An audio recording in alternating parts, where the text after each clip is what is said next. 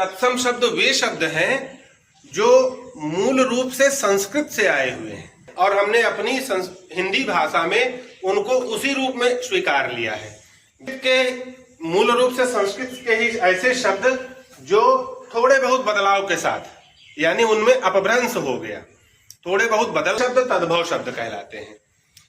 मतलब तत्सम शब्द हुआ अग्नि और तद्भव शब्द हुआ आग।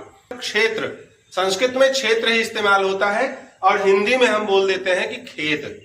और तीसरे शब्द कहलाए देशज शब्द। ये भारत में प्रचलित थोड़ी थोड़ी दूर पर जो विभिन्न बोलियां हैं, तो ऐसे शब्द जो विभिन्न बोलियों से लिए गए वे देशज शब्द कहलाए। जैसे खुरपा, बेटा, पगड़ी, रोटी, ये सारे शब्द जो हैं स्थानीय बोलियों से लिए गए हैं, तो ये देशज शब्द कहलाए। और इसी तरह विदेशज शब्द। अब विदेशज शब्द के बारे में एक बात समझनी होगी हमको।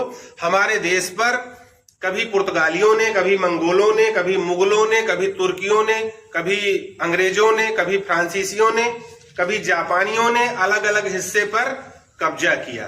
तो जब कोई किसी संस्कृति का व्यक्ति किसी दूसरी संस्कृति में जाता है तो वो दूसरी संस्कृति को तो थोड़ा बहुत अपनाता है, लेकिन अपनी वाली को भी वहां थोड़ा बहुत छोड़ देता है।